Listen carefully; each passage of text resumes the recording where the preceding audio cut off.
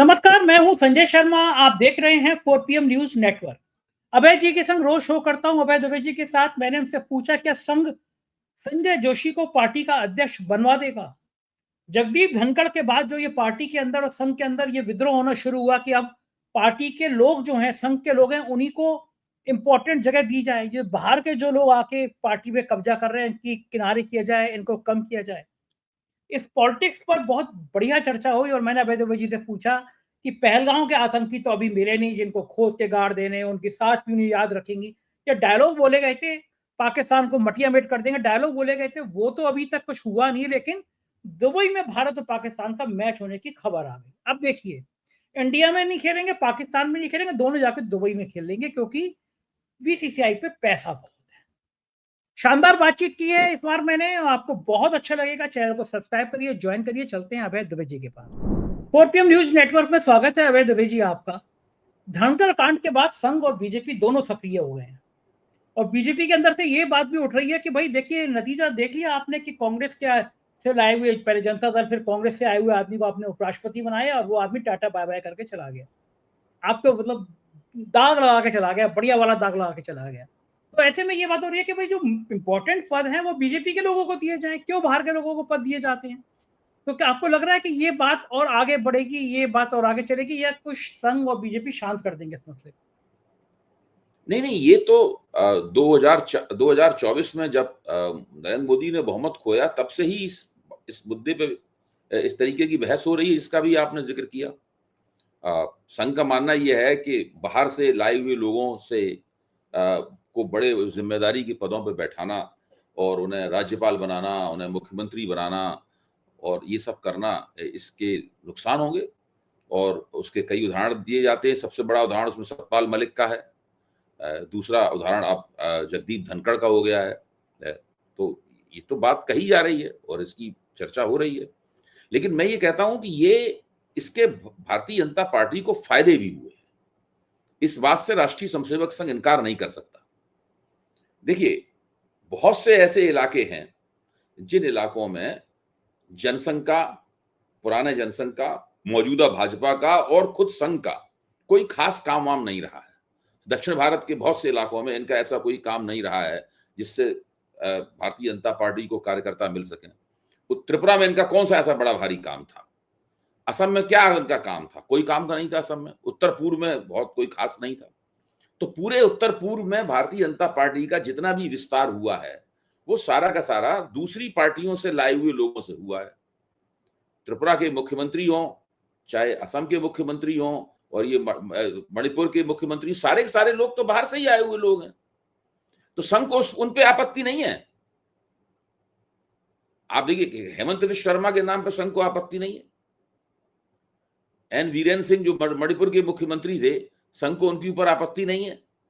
मणिपुर का उन्होंने कबाड़ा कर दिया, वो अलग बात है। इसके बावजूद संघ ने आज तक एक लफ्ज भी उनके खिलाफ नहीं बोला। तो संघ का रवैया भी तो काफी अवसरवादी किस्म का रवैया है।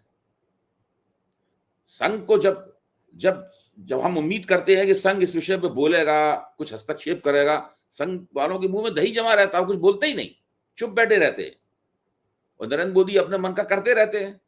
फिर जो नरेंद्र मोदी की कोई कमजोरी निकल कर आती है, तब संघ वहां पर अपनी उंगली रखता है, वहां दबाता है ताकि नरेंद्र मोदी को तकलीफ हो। यहां तो मामला इस तरीके का है। आप ऐसे ही देखिए कि नरेंद्र मोदी को, हम तो बार बार हम और आप चर्चा कर ही चुके हैं, 350 सीटें मिल जाती हैं नरेंद्र मोदी को, तो ये सारे के सारे लोग, चाहे दत्तात्रेय होसबोले हों, चाहे मोहन भागवत हों, या कोई हो, सब चुपचाप बैठे रहते नागपुर में, कोई कुछ नहीं बोलता। और ये अगर मिलना चाहते हैं तो वहीं से, दिल्ली से, वहां से चल के आते, यहाँ पे दिल्ली में आकर नरेंद्र मोदी से मिलते। नरेंद्र मोदी न जाते उनसे मिलने के लिए वहां पर। भाई आप देखिए क्या था, जब नरेंद्र मोदी नए नए सत्ता में आए थे 2014 के दौरान, तो दूरदर्शन से दत्तात्रेय होसबोले के भाषणों का राष्ट्रीय प्रसारण होने लगा था। सॉरी, मोहन भागवत के भाषणों का राष्ट्रीय प्रसारण होने लगा था। बिल्कुल वो इस तरह से बोलते थे जैसे भारत के अघोषित राष्ट्रपति हों। नरेंद्र मोदी ने खत्म करवा दिया ये। अब उस तरीके से नहीं होता है। तो नरेंद्र मोदी ने तो इनके पर लगातार कतरे, और ये अपने पर कतरवाते रहे, क्योंकि उन्हें पता था ये बंदा वोट ला रहा है, ये बंदा बहुमत ला रहा है, इसका हम ज्यादा कुछ कर नहीं सकते। अच्छा, अब जब धनखड़ को राष्ट्रपति बनाया था, उस वक्त क्यों नहीं जोश आया था मोहन भागवत को और संघ परिवार को मोदी को बुला के कहना चाहिए था, फोन करना चाहिए था कि आप गलत व्यक्ति को बना रहे हैं। क्या इन्हें नहीं पता है, नहीं पता था कि जगदीप धनखड़ कौन है? क्या इन लोगों को नहीं पता था कि देवीलाल के साथ जुड़ के और चौटाला परिवार के भीतर की किस तिकड़म के आधार पर जगदीप धनखड़ को पहला टिकट मिला था, जिसके आधार पर वो चुने गए थे, चुनाव जीते थे? आज जनता दल के जरा भी पुराने लोग हैं, सारे लोग वो कहानी सुनाते हैं, उनको कहानी पता है। संघ को नहीं पता थी कहानी, ये पता थी कहानी। फिर रंजन गोगोई के साथ में जो घपला हुआ था, रंजन गोगोई को के ऊपर जो सेक्सुअल हैरेसमेंट का जो केस लगा था रंजन गोगोई के ऊपर, उस केस में किसकी भूमिका थी, क्या थी, मैं किसी का नाम यहां पर नहीं लूंगा वरना आपत्तियां हो जाएंगी लोगों को। किसकी भूमिका थी, क्या भूमिका थी? क्या उस वक्त वो भूमिका उनको याद नहीं आई थी? उस वक्त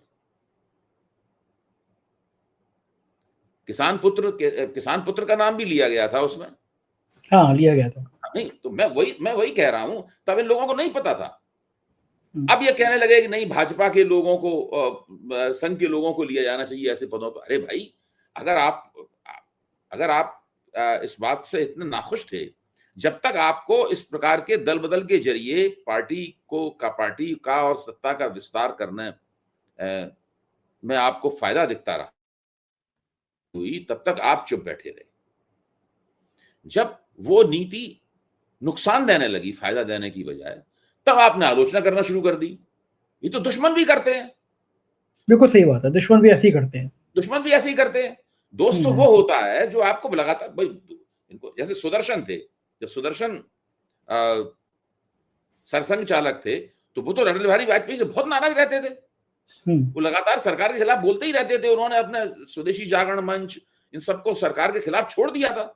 ये लोग किसान संघ, युवा मोर्चा वगैरह सब सरकार के खिलाफ झंडा बुलंद करते रहते थे अटल बिहारी वाजपेयी की सरकार के खिलाफ।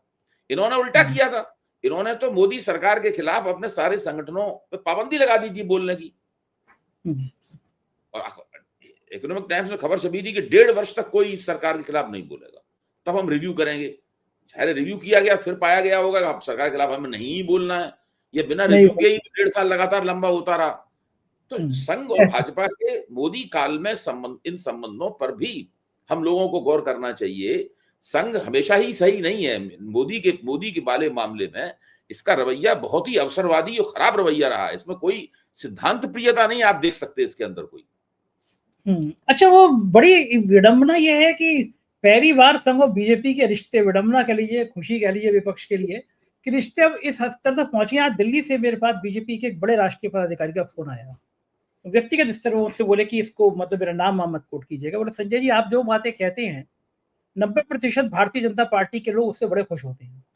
तो मुझे बड़ी हंसी आई। मैंने कहा कि वाह क्या बात है। तो बोले कि जो बातें हम लोग कहना चाहते हैं, हम कह नहीं पाते कि मोदी और शाह के मारे, वो आपके मंच पे हमें सुनाई पड़ती हैं। जैसे मैंने सोचा कि आज आपसे इसी विषय पे बात भी करूं मैं, कि घुटन है, एक दबाव है, एक परेशानी है लोगों के अंदर कि वो खुल के अपनी बात कह नहीं सकते। अभिव्यक्ति की आजादी जो हम लोग कहते हैं, भारतीय जनता पार्टी के अंदर भी अभिव्यक्ति की आजादी का मतलब यह है कि 4 घंटे में धनखड़ की तरह इस्तीफा हो जाएगा तुम्हारा, तुम भोगे बीजेपी के साथ। भाजपा के एक प्रवक्ता हैं, राष्ट्रीय प्रवक्ता, जो राज्यसभा के सदस्य भी हैं। एक जमाने में उन्होंने, जब नरेंद्र मोदी नए प्रधानमंत्री बने थे, तो नरेंद्र मोदी से उन्होंने मिलने का समय मांगा था। हुआ ये, नरेंद्र मोदी ने सब लोगों को चाय पे बुलाया, तो चाय पे गए तो उन्होंने कहा कि सर आपसे मिलने का समय चाहते हैं। मोदी कहा ठीक है, मिल जाएगा मिलने का समय।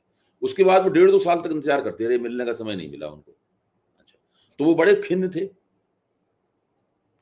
बड़े क्षुब्ध थे। तो उनका कहना यह था कि इनसे ज्यादा कंट्रोल और कैप्चर करने वाले लोग नहीं देखे गए। तो ये जो कंट्रोल और कैप्चर है, मैंने इसलिए बात की, जो कंट्रोल और कैप्चर है ये असाधारण है।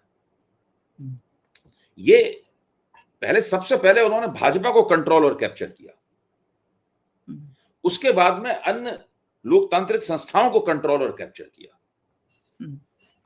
पहले आप अपने घर के अंदर निरंकुशता कायम करते हैं, फिर आप घर के बाहर वो निरंकुशता जाती है, वो वहां पे लोगों को कंट्रोल और कैप्चर करती है।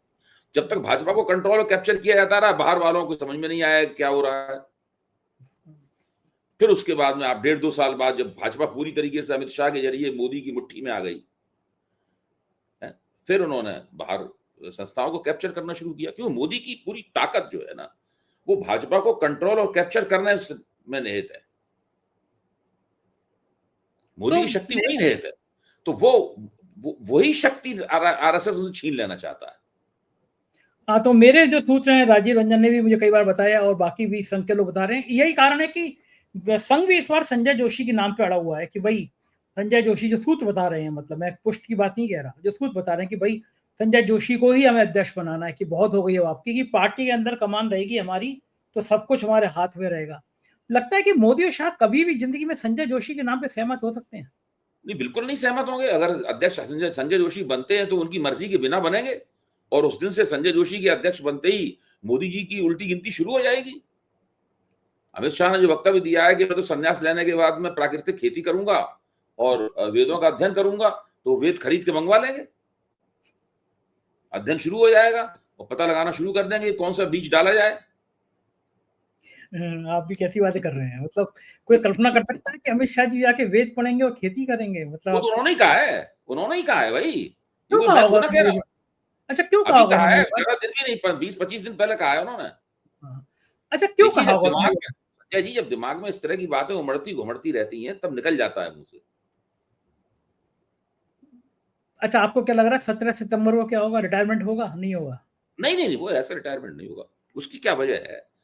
अगर मोदी जी कमजोर प्रधानमंत्री होते, या ऐसे प्रधानमंत्री होते जिनका पॉलिटिकल परचेज समाप्त हो गया हो, मतलब राजनीतिक साख समाप्त हो गई हो, इनके नाम पे लोग वोट देने को तैयार नहीं हो, तो वास्तव में रिटायर कर दिया जाता।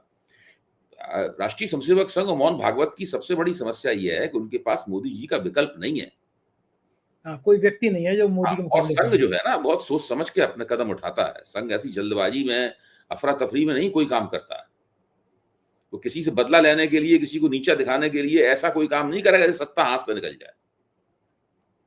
ये बात तो ठीक है। वो ऐसा ये ऐसा बात नहीं करेगा। मोदी जी 75 साल के नहीं, 175 साल के हो जाएं, लेकिन अगर वो सत्ता में बने रहने योग्य हैं, अभी स्वास्थ्य उनका ठीक ठाक है, कोई ऐसी नीतीश कुमार वाले नक्शे कदम पे नहीं जा रहे हैं, तो वो उनको बनाया जाएगा, उन्हीं को रखा जाएगा प्रधानमंत्री।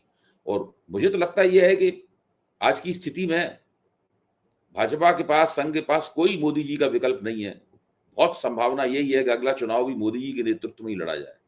तो मोदी तब तक उनके नेतृत्व में चुनाव लड़ा जाता रहेगा जब तक कि भाजपा चुनाव हार नहीं आती उनके नेतृत्व में। आपको क्या लग रहा है कि ये विजय यात्रा जारी रहेगी, या फिर बिहार में जो कुछ हो रहा है वोटर लिस्ट में, वो तो हो इसीलिए रहा है कि बिहार में दिख रहा है कि आपको चुनाव हार सकते हैं, इसीलिए वोटर लिस्ट मैनेज करो? जन देखिए, जन में ये बात हो सब इस बात पर निर्भर करता है। एक तो आज है 27 तारीख, कल है 28 को सुप्रीम कोर्ट कुछ बोलेगा वोटर लिस्ट के ऊपर, तो उससे और कुछ परिस्थिति स्पष्ट होगी। फिर उसके बाद में अब नया चरण आ गया है, बिहार में जो सघन पुनरीक्षण चल रहा है उसका नया चरण शुरू हो गया है। तो उस नए चरण में 1 अगस्त को जो वोटर्स लिस्ट का ड्राफ्ट, उसका मसौदा तैयार होकर प्रकाशित हो जाएगा, और जो राजनीतिक दल हैं, राजनीतिक दलों के जो वोटर लिस्ट ऑब्जर्वर्स हैं, उनको दिया जाएगा, ताकि वो अपनी आपत्तियां दाखिल कर सकें। भाजपा भी बहुत सी आपत्तियां करेगी, सब लोग आपत्तियां करेंगे। फिर वो बिहार के 239 ईआरओ हैं, वो ईआरओ उन फॉर्म्स के ऊपर, उन आपत्तियों के आधार पर फॉर्म्स की जांच करेंगे। तो वो प्रक्रिया शुरू होगी, 56 दिन तक चलेगी, बहुत ही सघन प्रक्रिया होगी। मेरा मानना है कि बहुत कम ईआरओ की संख्या है और फॉर्म्स की संख्या बहुत ज्यादा है। मुझे ऐसा लगता है कि 55 लाख से लेकर 65 लाख के बीच में वोट तो पहले चरण में ही कटने लायक स्थिति में पहुंच गए हैं। इनमें वो लोग हैं जिनका देहांत हो गया है, वो लोग हैं जिनके नाम वोटर लिस्ट में 2 बार पाए गए हैं, वो लोग हैं जो अपने पतों पर उपलब्ध नहीं थे। तो ऐसे लोगों की संख्या इतनी है, तो इन लोगों के नाम तो निकल ही जाने चाहिए, इसमें कोई विवाद नहीं है। इसमें विवाद अब शुरू होगा कि आखिरकार जो बचे हुए 7 करोड़ 30 लाख वोटर हैं, उन बचे हुए 7 करोड़ 30 लाख वोटरों में से किनके नाम निकलेंगे, किनके नहीं निकलेंगे, जिनके निकलेंगे उनके क्यों निकलेंगे, फिर उनके खिलाफ जांच कैसे होगी, किस आधार पर निकलेंगे। एक स्पीकिंग ऑर्डर सुनाएगा वो ईआरओ कि भाई इनके खिलाफ जांच हुई है और जांच के आधार पर हमने पाया है कि ये वोटर लिस्ट में नाम रखने योग्य है या नहीं योग्य है, तो उसकी कसौटियां क्या होंगी, जो सर्टिफिकेट लगाए गए हैं फॉर्म्स में, उन सर्टिफिकेटों का सत्यापन कैसे किया जाएगा, उसके लिए कौन सा डेटाबेस है, फिर जिनके नाम काटे जाएंगे वो डीएम के पास अपील कर पाएंगे, तो डीएम के पास जो अपील करेंगे उन अपीलों का डीएम 1 महीने के अंदर फैसला देगा, वो क्या फैसला होगा, फिर ये अंदाजा मेरे ख्याल से 1 अगस्त से लेकर 15 से लेकर या 20 अगस्त तक कुछ ये खुल कर आएगा कि कैसे लोगों के नाम निकाले जा रहे हैं, किस आधार पर निकाले जा रहे हैं। उस आधार पर अगर लगा विपक्षी दलों को कि तो बहुत भारी अन्याय हो रहा है, सब कुछ भाजपा के पक्ष में हो रहा है, तो ये निर्णय भी ले सकते हैं कि हम बिहार के चुनाव में भाग नहीं लेंगे। तो केवल आरजेडी निर्णय लेगा, कांग्रेस की उसके साथ निर्णय लेगी, सीपीआई एमएल भी निर्णय लेगी उसके साथ में, मदन सैनी की पार्टी भी निर्णय लेगी। से फर्क क्या पड़ेगा? कोई इतने सीधे तो है नहीं कि ये मान जाए कि नहीं चलो पुरानी वोटर लिस्ट पे करा लेते हैं चुनाव। मेरा कहना यह है कि ये तो उनके मानने न मानने से नहीं होता है। जब विपक्षी दल तय करेंगे, कहेंगे कि भाई हम नहीं चुनाव में भाग लेंगे, उसके बाद में परिस्थिति पूरी तरीके से बदल जाएगी, मामला सड़कों पे आ जाएगा, पूरे देश में उस बात को लेकर हंगामा होगा, बहस एक नए दौर में पहुंच जाएगी। तब क्या होगा आज हम अंदाजा नहीं लगा सकते। अच्छा, आपका मानना यह है कि जैसे जेपी मूवमेंट शुरू हो गया था, सिंहासन खाली करो जनता आती है, कि एक बड़ा आंदोलन खड़ा हो सकता है देश भर में? बिल्कुल हो सकता है खड़ा, सवाल के ऊपर। देखिए, जेपी मूवमेंट में भी चुनाव सुधारों का प्रश्न उसके केंद्र में था, बहुत जबरदस्त। जब ये बात कही जाती थी कि हमारा प्रतिनिधि कैसा हो और हम अपने प्रतिनिधि की वापसी का हमें अधिकार चाहिए, तो मुख्य तौर पर चुनाव सुधारों का सवाल था उसके अंदर। चुनाव में धन बल बाहुबल का सवाल था, ये सारे सवाल थे ना उसके अंदर। तो और ये आज तक हल नहीं किया, ये सवाल आज तक इन लोगों ने किसी ने हल नहीं किया, किसी की भी सरकार रही हो। मैं बीजेपी की नहीं बात कह रहा हूँ, कांग्रेस सरकार ने हल किया, ना बीजेपी ने हल किया, जो बीच में गठजोड़ सरकारें बनती रही उन्होंने भी हल नहीं किया, ना वामपंथियों ने हल किया, ना दक्षिणपंथियों ने हल किया। कई बातें करेंगे भी नहीं ना, सबके तो हित अटके रहते हैं, तो क्यों करेंगे। लेकिन बड़ा सवाल ये है कि अगर बिहार में ये कुछ नहीं हुआ तो फिर उसके बाद में बंगाल में भी ऐसी वोटर लिस्ट फाइनल होगी, फिर उत्तर प्रदेश है, तो बीजेपी अगर बिहार में ही ये फैसला कर दिया गया कि वो चुनाव नहीं लड़ेंगे, तो फिर तो पूरे देश में राजनीति की भाषा जो है बदल जाएगी, माहौल बदल जाएगा, पूरी परिस्थिति ही बदल जाएगी। उसके बाद काफी मुश्किलें पैदा हो जाएंगी, बहुत अराजकता और अशांति फैल जाएगी सारे देश में। चुनाव आयोग को भी समझ में तो आ ही रहा होगा कि ये चीजें एक गलत ट्रैक पे जा रही हैं, गलत रास्ते पे जा रही हैं। कोई चुनाव आयोग और भाजपा ये मानती है कि इस हद तक विपक्ष नहीं जाएगा कि चुनाव बायकॉट कर दे। हाँ, कि चुनाव बायकॉट की नौबत आ जाए, इस हद तक नहीं जाएगा, वो लोग ये मानते हैं। अब देखिए क्या होता है, क्योंकि ये अब जो वोटर लिस्ट बनाने का ये तरीका इन्होंने अख्तियार किया है, उससे कोई भी खुश नहीं है, आम लोग भी खुश नहीं है, कोई भी खुश नहीं है। क्योंकि जो यशवंत देशमुख का सी वोटर का सर्वेक्षण था, उसमें तो 56% लोग कह रहे हैं कि ये काम भाजपा को फायदा पहुंचाने के लिए किया जा रहा है। तो वो लोग तो 56% लोग कह रहे हैं, तो वो लोगों को सड़क पर उतारना बहुत आसान होगा विपक्ष के लिए। सही बात है, जिन लोगों का गुस्सा है वो अगर मान लो बड़े जबरदस्त किस्म के जुलूस निकल के सड़कों पर निकलने शुरू हो जाएं, मौन जुलूस निकल रहा है, पता है, लंबा एक जुलूस, 5 किलोमीटर लंबा जुलूस निकल रहा है, पटना की सड़कों पर निकल रहा है मौन जुलूस, दिल्ली में एक 5 किलोमीटर लंबा जुलूस निकल रहा है सवाल पे, तो उससे सरकार हिल जाएगी। सरकार को लगेगा कि तो बहुत वो हो रहा है, गड़बड़ हो रहा है। हाँ, जरा से मुद्दे पे तो सरकार डरी जाती है, हिली जाती है। किसान आंदोलन तो तभी वापस हुआ, प्रधानमंत्री जी ने कहा कि हमारी तपस्या में कोई कमी रह गई होगी। एक और दूसरा सवाल मेरा चर्चा में है कि पहलगांव के हमले के आतंकी तो मिले नहीं, उनको मिट्टी में मिटा देंगे, खोद के गाड़ देंगे, तरह तरह के सिर्फ डायलॉग रह गए। लेकिन पिछली बार भी ये हुआ कि भारत और पाकिस्तान एक दूसरे के यहाँ आके मैच नहीं खेलेंगे और दुबई में खेल लेते हैं। इस बार फिर वो बात हो रही है कि सितंबर में शायद भारत और पाकिस्तान दुबई में मैच खेलने जा रहे हैं। तो मेरा शायद नहीं कंफर्म हो गया, एशिया कप होगा, उसमें भारत और पाकिस्तान का मैच भी होगा उसके अंदर। 27 सितंबर को शायद डेट फाइनल हो गया। अब बाघा बॉर्डर जो है वो खोल दिया गया, वहां पे भारत पाकिस्तान की जो परेड होती है वो परेड शुरू हो गई, आप मैच खेलने जा रहे हैं। तो ये जो डायलॉग थे कि पाकिस्तान के हम संग में बातचीत और गोली साथ साथ नहीं चल सकती और संग में खड़े, ये सब बातें थी केवल, सब पाखंड था और पाखंड खुल के सामने आ गया है क्योंकि जो बीसीसीआई की राजनीति है, जो board of control of cricket control board जो है ना, उसकी जो राजनीति है, उस राजनीति के ऊपर तो अमित शाह के साहबजादे हावी हैं, और वो यहाँ तक के अंतर्राष्ट्रीय क्रिकेट काउंसिल के भी काउंसिल की बागडोर भी आजकल उन्हीं के हाथ में है।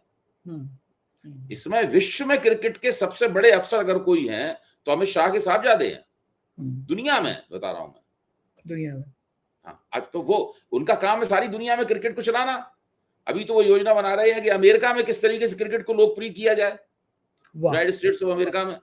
तो जो अगला शायद 2020 का वर्ल्ड कप होगा वो अमेरिका में होगा, यही बचा है बस। चल रही। और इस वक्त जो बीसीसीआई है वो पैसे छाप रही है। अभी अखबार में आया था कितना ज्यादा, बहुत, हम तो संख्या मैं भूल जाता हूँ, संख्याओं मामले में कमजोर हूँ, ऐसे अरबों अरबों खरबों रुपए कमा रही है वो। दुनिया का सबसे फुटबॉल के बाद सबसे ज्यादा अमीर स्पोर्ट्स बॉडी है वो पैसा बहुत क्रिकेट में पैसा बहुत, उसकी बागडोर अमित शाह के साहबजादे के पास है। बिल्कुल ठीक बात है। बिल्कुल, जो भारत पाकिस्तान से जो भी आपकी झड़प हुई हो, युद्ध हुए, वो सब अलग बात है, लेकिन भारत पाकिस्तान के साथ में वो सब क्रिकेटिंग संबंध तो चालू रहेंगे। भले भारत में नहीं होगा मैच तो दुबई में होगा, दुबई में नहीं होगा तो शारजाह में हो जाएगा, शारजाह में नहीं होगा तो और कहीं हो जाएगा। तो ये नौटंकी की बातें समझ में जनता को नहीं आती होगी कि ये नाटक कर क्या रहे हैं। अरे देखिए, आम जनता को इन चीजों में दिलचस्पी नहीं है। ये जो आप देखते हैं ना सड़क पर नारे लगाते हुए लोग, ये आम जनता का एक बहुत ही छोटा प्रतिशत है, ये माइक्रोस्कोपिक माइनॉरिटी है। चाहे वो भाजपा के पक्ष में नारे लगा रहे हो या विरोध लगा रहे हो, बहुत कम, बहुत छोटा। आम पब्लिक जो है वो अपना खाने पीने में, अपनी रोजमर्रा की जिंदगी के झंझट में, जिसके पास पैसा है वो मौज मजा कर रहा है, जिसके पास पैसा नहीं है वो रोजमर्रा की जिंदगी की जद्दोजहद में लगा हुआ है, वो खोमचा लगाए खड़ा हुआ है बाहर, कुलचे छोले बेच रहा है। सही बात है, उसको मतलब नहीं है बिल्कुल, वो तो रोजमर्रा की अपनी रोज की जिंदगी से जूझ रहा है। बहुत बहुत शुक्रिया अभय जी, आपने मुझे इतना समय दिया, बहुत बहुत धन्यवाद, थैंक यू। ये थे अभय दुबे जी, पूरी बातचीत आपने सुनी, मुझे यकीन है आपको ये बातचीत पसंद आई होगी। पसंद आई हो तो एक प्यारा सा कमेंट करिएगा, क्या अच्छा लगा आपको। शुक्रिया, थैंक यू।